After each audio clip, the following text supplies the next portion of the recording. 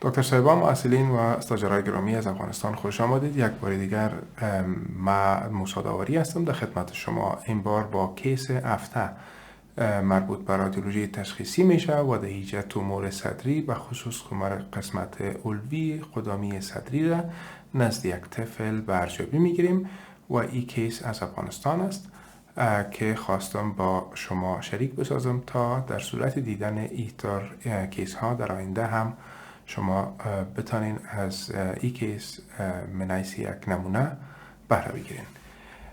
به خاطر از اینکه ما یک کم بیشتر بدانیم در مورد تومورهای صدری از موقعیتش به خصوص نزد کسایی که ای تأسس میکنن سنشان پایان هستن، اکثرا اطفال هستن که میتونه پیششان زیادتر دیده شود، در سنین بلندتر هم دیده میشه و باید چی تدابیر داشته باشیم با ما باشین و این ویدیو را تا آخر ببینین. چون این کیس ما بالای یک کیس از داخل افغانستان مطرح هست به اصطلاح میچرخه، باید امو شرایطی که از نظر تشخیصی در افغانستان برای ما مهیا است او را هم در نظر بگیریم. کدام نوع معاینات تشخیصی قابل دسترس است در افغانستان و به چی شکل استانداردش است، این را هم شاید ما یک کم بالایش روشنی بندازم. به خاطر دیدن کتلات قدامی ضرورت داریم، به خاطر تمام کتلات در صدر ضرورت داریم ما یک نمونه از صدر یا یک تصویر از صدر داشته باشیم که در قدم اول در افغانستان ما از اکسری استفاده میکنیم. وقتی که در اکسری ما ببینیم کتلات یا یک کتله را ببینیم موقعیتش در قسمت قدام و در قسمت بالایی از مصنف یا میدیاستینوم باشه، در اون صورت ما باید مریض به معاینات دیگه به شمول CT با کانترست ما مراجعه بتیم به حساب ارجاع کنیم. از نظر تشخیص تفریقی کتلاتی که در قسمت علوی منصف قرار داره عبارت از کتلات است که از ساحات که در اطراف از اوست منشأ میگیره. اکثرشان مثلا قاده تیموس است که نزد اطفال زیادتر پیش اطفال دیده میشه در سنین پایان از 5 سال و قاده تیموس آهسته آهسته اتروفی میکنه و از بین میره. در وقت تولد بسیار بزرگ است، در 2 سالگی آهسته آهسته بعد از او کم میشه اندازه ازی. قاده تیموس میتونه باقی بمانه و میتونه کتلات مختلف در او تشکیل بده که از کتلات سلیم تیموم و یا تایموس کارسینوم یا وخیم یا به اصطلاح خبیث میتونه فرق کنه. 2 کتلاتی که در ساحه میتونه به وجود بیاد، البته در سنین پایان و بالا هر دوش میتونه موجود باشه. لمفوم است. لمفوم یا سرطان سیستم لمفاوی هست که میتونه به شکل کتلات بزرگ از غدوات لمفاوی منشأ خودم بگیره. او را هم ما میتونیم باعث کتلات قدامی علوی زیادتر در قسمت صدر ببینیم. لمفوم میتونه تمام قسمت ها را مصاب بسازه، اما لمفوم داخل صدری میتونه به این شکل دیده شود. کتلاتی که از غده تایروید منشأ میگیره، مثلا غده بزرگ شدن غده درقیه در صورتی که بالاتر از قسمت وقتی که داخل صدر میشه میتونیم ما او رو ببینیم. میتونه کتلات سلیم باشه، میتونه کتلات یعنی تحول کنه به کتلات خبیث که در اون صورت همچنان قابل تشخیص است. کتلات انساج باقی مانده دوران جنینی مانند ترایتوما اکثرا دیده میشه که در هیچ به شمول کلسیفیکیشن بعضی از انساج دیگی مانند چربی کلسیفیکیشن و بعضی اوقات میتونیم بقایای جلدی را در ساحه ما ببینیم. دیگر کتلاتی که در ساحه میتونه در اکسری ببینیم عبارت میباشه از انوریزماس و بقیه تومورهای دیگی که بسیار اندازه از نظر فیصدی کم است میتونیم در اینجا ببینیم. در CT ببخشید در اکسری ما باید البته اکسری را ما یک لکچر بسیار که در مورد چه قسم ما اکسری را ببینیم ما دارم که شما میتونین در لینکی که در بالا میایه با صورت اگر بخواین ببینین در اوجه میتونین تعقیب کنین به خاطر دیدن و ارزیابی اکسری. در اکسری قدامی خلفی یا ببخشید اینجا پیش مریض خلفی قدامی هست وقتی که ما میبینیم قلب منظریش میبینیم و قسمت بالاتر از قلب که ساحه مدیاستینوم است که در خطی باید 1/4 قلب باشد. در صورت که اخذ شده باشه ایستاده و از منظره خلفی قدامی باید این از 1/4 قلب باید بزرگ نباشه. پیش این مریض میبینیم کتله بزرگ است به خاطر از که ما میگیم انتریور است، به خاطر کلامه سیلویت ایجا تشکیل داده با ساحات دیگه‌ای که در قسمت قدام مدیاستینوم قرار داره. به این خاطر کتله باید قدامی موقعیت داشته باشه.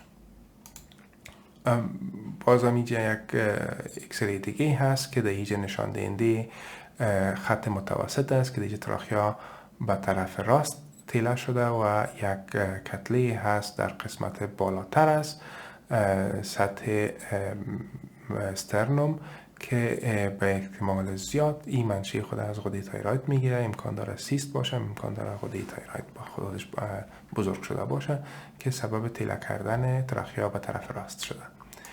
در هر صورت وقتی که ما دیدیم کتله را در قسمت مصنف یا در قسمت ابقدامی و بالا ضرورت داریم که ما با یک CT مریض معاینه کنیم. CT ما البته کانترست باید داشته باشه.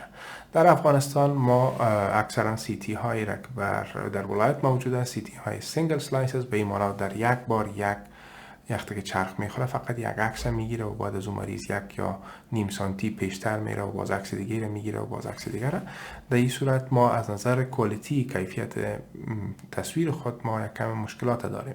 دویی که کانتراست موجودیتش در بعضی حالا جایا هیچ امکان نداره باشه و مریض خودش باید کانتراست بخره و بپردازه قیمتش از دواخانه و بیا به CT اسکنر تا که معاینه شود. بعضی اوقات از مریضا نظر به تنگ دستی نمیتونه این کار بکنه یا کانتراست هیچ موجود نیست. کیسی که من دارم از افغانستان است و این عبارت از یک دختر 12 ساله است که با اوساد تنفس که در مدت 3 ماه برش رخ داده مراجعه میکنه پیش دکتر صاحب داخله که برش یک اکسری برش میتن و اکسریش وقتی میبینه که موجودیت مایع در جوف صدر با طرف راست یا در خط پلورا ایفوژن موجود است. نظر به تاریخچه و همین دکتر صاحب خدا خیر بده مریض با CT اسکن راجع میکنه و در این CT اسکن چون سینگل سلایس اخذ شده بدون کانتراست است پیش مریض به اصطلاح اخذ میشه و ما این CT اسکن از این به ما میرسه. حالا میبینیم CT اسکن از این مریضه. شما اگر متوجه شوین ما یک CT صدری داریم که در اینجا کانتراست نگرفته مریض ما. وقتی که میبینیم صدر از قسمت بالا ما طرف چپ صدر داریم، طرف راست داریم، قدامی داریم، علوی داریم. اینجا تراخیای ما است و اطراف تراخیای ما شما اگر متوجه شوین یک اندازه نسجه به اصطلاح کتلوی در اطرافش موجود است. وقتی که پایان بیاییم میبینیم که کتله ارتباط داره به قسمت قدام صدر. شما متوجه شوین که کتله خیلی بزرگ است که حتی وقتی که اندازه کنیم کتله را در قسمت ارزانی ترین قسمتش میرسه به 14 سانتی. نه برای یک طفل 14 سانتی و برای کتله بزرگ است نسبت به سایر انساجی که یا از اعضایی که در صدر موجود است. اما تا آهسته کتله را میبینیم پایان میاییم. کتله از نظر دنسیتی خود دنسیتی های متفاوت داره. در این CT کانتراست استفاده نشده. خیلی سخت است تا ما فرق کنیم از دیگه مدیاستینوم. اما وقتی که ببینیم قسمت علوی قلب است که در اینجا منشأ آورتا هست و آورتا را اگر بالاتر تعقیب کنیم میتونیم خیال آورتا را اینجا ببینیم. البته کتله اطراف آورتا را به اصطلاح در بر گرفته اما بالای آورتا فشار نآورده. آورتا را میتونیم اینجا ببینیم. بالا بیاییم آورتا پس دوباره قوس خود تشکیل میده و پایان میره از این قسمت به طرف بطن.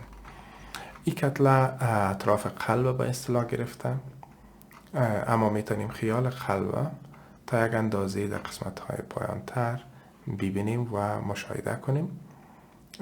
اطراف قلب و پریکاردیوم فرق کنیم.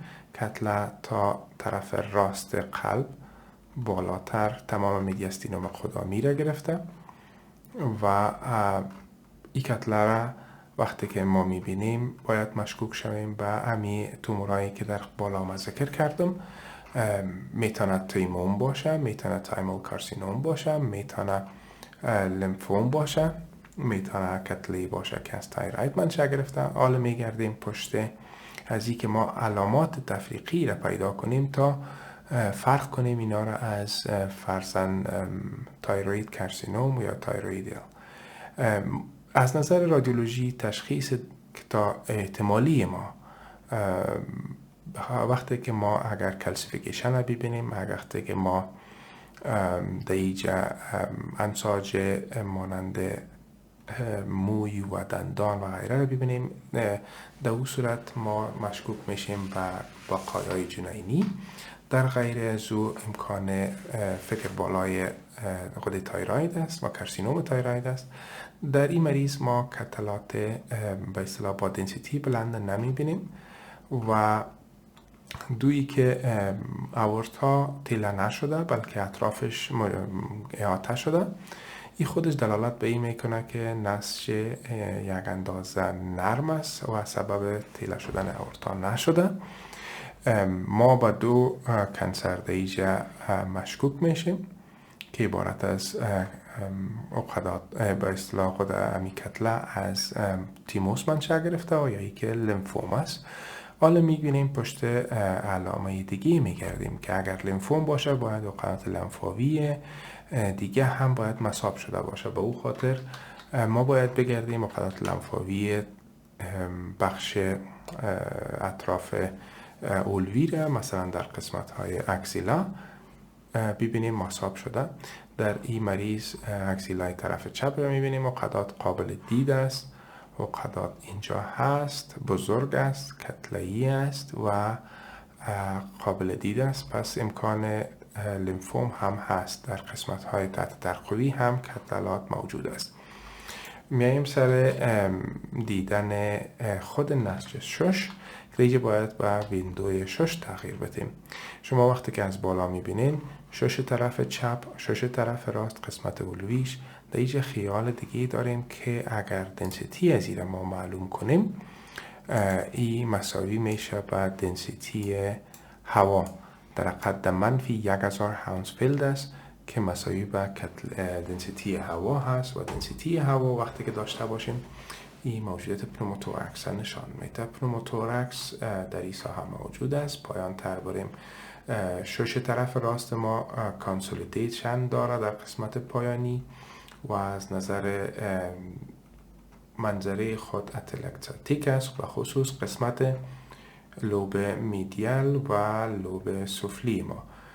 لوب سفلی ما هم اینجا یک اندازه خرد است، تکمش کرده و از نظر دنسیتی خود اتلکتاتیک است و یک اینفیلترات در این قسمت دیده میشه. اینفیلتراتش میتونه به اساس تکمش باشه، میتونه که یک پیشرونده به اصطلاح سیر خود مرض متاستاتیک باشه و یا ای که از سبب بند شدن سیستم هوایی باشه تا ای که در نزدشان تأسس کرده. همچنان کتله در تحت هوا میبینیم که آب موجود است. در خط پیش مریض ما یک هایدروپنوموتورکس طرف راست موجود است، اینفیلتریشن موجود است و همچنان اتلکتانس لنگ طرف راست موجود است. موجودیت کتله، موجودیت مایع و همچنان هوا، بخصوص هوا در اینجا نشان دهنده داخل شدن یعنی برآمدن هوا از شش به اساس مساویت خود شش است که در خط اینجا پیش مریض کدام عملیه اجرا نشده. مریض باید ششش مصاب شده باشه. به این خاطر باید ما به طرف مالیگننسی زیادتر فکر کنیم نسبت به این که اینجا حالت غیر مالیگننت یا حالت سلیم باشه. پلورا رو در نظر میگیریم. برای دیدن پلورا میبینیم پلورای طرف راست و طرف چپ ما از هم دیگه فرق داره. پلورای طرف راست ما بسیار ضخیم است، ضخامتش در قسمت خلفی و سفلی و علوی، همچنان در قسمت قدامی به شکل کتلات در پلورا هم دیده میشه. انتشار کتلات در پلورا اکثرا توسط لیمفوم صورت نمیگیره، بلکه به توسط تایموس کارسینوم یا تایموس کارسینوما صورت میگیره که این خودش برای ما کمک میکنه تا ما به طرف دیفرنشیال دیاگنوز خود. اولش باید تایموس کارسینوم و دومش به خاطر موجودیت عقدات لمفاوی و بزرگ شدن ازی ما باید لیمفوم هم در نظر بگیریم. البته تشخیص قطعی ما باید به واسطه بایوپسی صورت بگیره که مریض توسط اولتراساوند یا سی تی این بایوپسی صورت بگیره و گرفتن پارچه هست و پاتولوژی تشخیص تفریقی ما را میتونه ثابت بسازه به تشخیص اصلی. مریضه که ما چون افغانستان است بسیار جگر آدم خون میشه که اطفال ما به این شرایطی که هستن نمیتونن از تداوی درست و استاندارد در یک کشوری که ما داریم بهره‌مند شوند. امیدوار هستم که مریض ما صحتیاب شود، اما این کیس من از یک کیس هفته برای شما تقدیم کردم تا اگر در صورت دیدن کتلات قسمت قدامی یا کتله به صورت عموم در میدیاستینوم باید شما فکر کنین به سی تی و نگذارین تا مریض بره از پیشتان و یا ای که به اصطلاح به این اندازه پیشرفت کنه. اگر لمفوما باشه، لمفوما قابل تداوی هست و مریض میتونه صحتیاب شود. در صورتی که اگر تایموس کارسینوم باشه انظارش خیلی وخیم است برای این مریض، باز هم شفا میخوایم برشان و تشکر از توجهتان. با ما باشین تا کیس های دیگه.